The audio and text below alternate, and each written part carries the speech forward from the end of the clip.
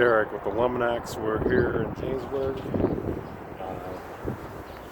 We were doing raccoon trapping in January, and then the snow hit for an entire month of February. I couldn't get up here to fix this one hole. I was ready after I trapped the raccoons. I was ready to come up here and start doing it, but then the snow hit on the first, or the day before I had to prepare, and the first. So here's the hole. I have all the materials here and fasteners in my pocket, and you can see here I got the shears. You can see here I got the ladder tied up to a bracket because I'm not wearing a harness. It's just a quick climb up. So for me to wear a harness, I'd have to put an anchor spot up there, and it's just for this one trip, so I just make sure there's not going to be any movement.